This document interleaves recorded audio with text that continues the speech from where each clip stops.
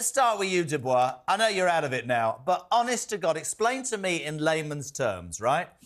This whole policy, you know, we're going to send immigrants to Rwanda. I don't understand why he's chosen this hill to die on. Even if one is sent, and that doesn't look very likely with everything that's in the way, why are they so determined to carry on with something that is neither a deterrent, neither does it look like it's going to work, and probably even more important, most of the country are laughing at him, Nick. It's ludicrous, man.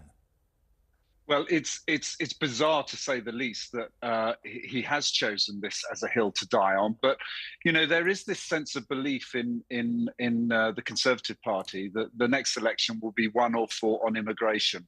Now, I know many of people who listen and watch TalkTV, as I know from my own show, think that is the case as well. But actually, it isn't, and all the polling shows that. Nevertheless, Rishi Sunak wanted to be judge on deliverables. He thought over a year ago that this, including things like sorting out the backlist on the NHS, all those 5 pledges, were going to prove that he got things done. Unfortunately, it has completely imploded on him, and the chances of him getting one single flight off to Rwanda are very, very slim. It is a crisis of their own making and of Rishi Sunak's making.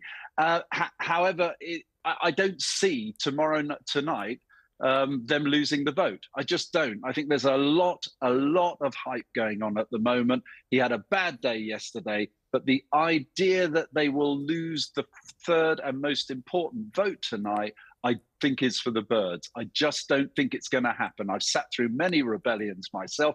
I've been part of rebellions myself. And to get this sort of number to vote against the government on this scale tonight, I think is unachievable.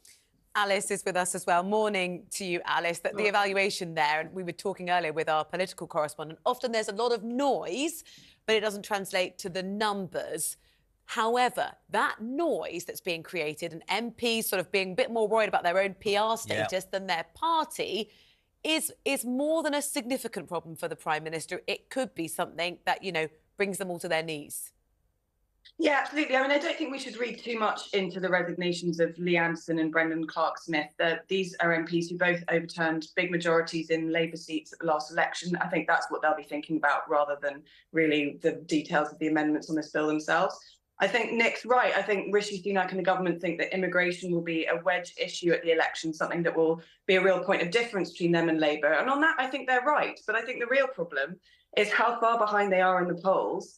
And, you know, elections are won and lost primarily on the economy, and people are just not feeling better off under the Conservatives. I think that's right after 13 years, Nick. And Alice made a point there, and I think it's really relevant. You know, as governments work with everybody being pulled into line, you'll know this, 3-line whips, do what the government says. If you want a job as a minister or climbing up the greasy pole, you yourself led a rebellion. The fact is, the Gullah citizens, well, he's a mate of mine, right? Right now, in Stoke-on-Trent, in a position where he's behind in the polls as this red wall disintegrates, he's got a choice, hasn't he? Does he sit and toe the party line or listen to his constituents and go with what he thinks they think and give himself a chance? That's another problem for Sunak, isn't it?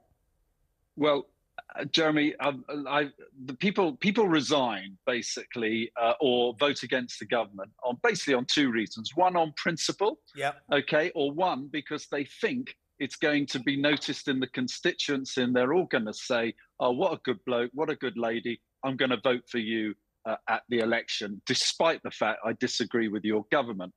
I don't know whether it was principle or it was actually because these resignations were about defending their seats. What I can tell you is it doesn't work. This idea that the constituency are glued to the TVs, about to make a judgment on their member of parliament, depending on how they vote, is utter nonsense.